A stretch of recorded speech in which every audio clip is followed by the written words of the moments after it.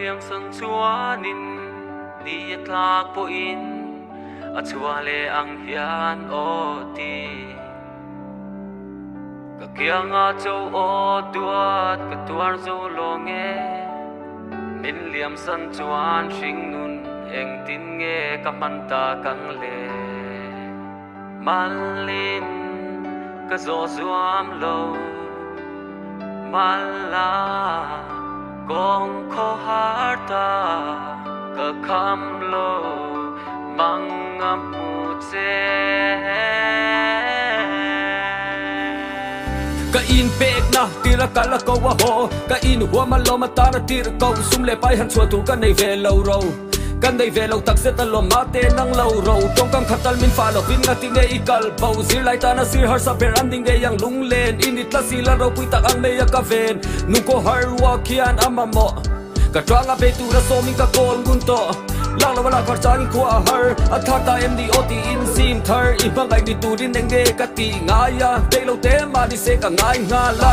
nu pa tua khat ni tu ra ka ngai tua lai takin chumi lai tak chuang ka hoi let ka lo me ka lim ma se ka lai che der min liam san chuanin ni ta ko in a chuale ang hian o ti ka kianga châu o duat ka tuar zo longe min liam san chuan hring nun eng tin nge ka man ta kang le malin ka zo zuam lo mala kong ko harta ka kham lo mangam mu che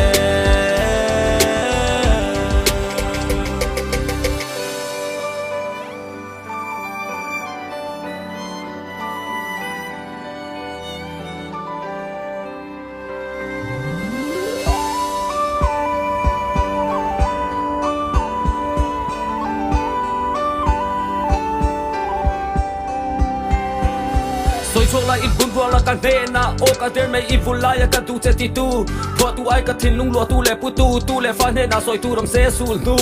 min gwan ta tha lo la ka kut atam ka shia par moi ka ra hing siam sa che ka du ani ha chol na na dai ring tanga ka ya zo la po ka ha la bin ka chol pui the ang to ka duat lungai ni ya lungai pui al lim na a lim pui min ka san do nai chuan bin la dei la bia tu der dal i shet lo hian ka lam fo wi ming lung run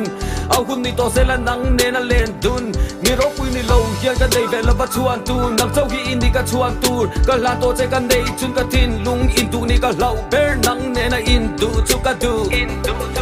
min liam san chuanin ni ta ko in a chuale ang hian o ti ka kianga châu o duat ka tuar zo longe min liam san chuan hring nun eng tin nge ka man ta kang le malin ka zo zuam lo mala kong ko harta ka kham lo bang am mu che ko amal ata ting du nang pathara keng lo lan ni riap sim le se pathar zoi te a shil ka du thu lan ngal mai ka du a mangai na pia thu thin dim la ban nui sen